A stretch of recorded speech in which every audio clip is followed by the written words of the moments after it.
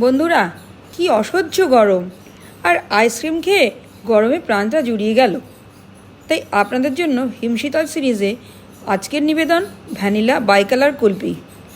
কুলফি দেখলেই তো সেই ছোটোবেলায় স্কুলের পাশে ভ্যান নিয়ে দাঁড়িয়ে থাকতো আইসক্রিম কাকুর কথা মনে পড়ে, তাই না? বাইকালার ভ্যানিলা কুলফি বানানোর জন্য আমি বড় কাপের 1 কাপ দুধ বসিয়েছি। তাতে 1 বাটি গুঁড়ো দুধ, 1 বাটি চিনি, 1 বাটি কর্নফ্লাওয়ার গোলা দুধ দিয়ে বেশ গাঢ় গাঢ় করে নিন। এই অবস্থায় একটু ভ্যানিলা এসেন্স দিন। এবার নেড়ে চেড়ে দুটো বাটিতে ভাগ করে রাখুন। একটা বাটিতে একটু লাল ফুড কালার দিন। এবার মোল্ডে সাজাবো। প্রথমে 1 চামচ করে সাদা মালাই, পরে 1 চামচ লাল মালাই, এরপর আবার সাদা, তারপর আবার লাল, এইভাবে সাজিয়ে ডিপ ফ্রিজে 12 ঘন্টা কমসে কম রাখতেই হবে। দেখা হচ্ছে আপনাদের সাথে 12 ঘন্টা পর। দেখুন কি সুন্দর কুলফি তৈরি হয়েছে।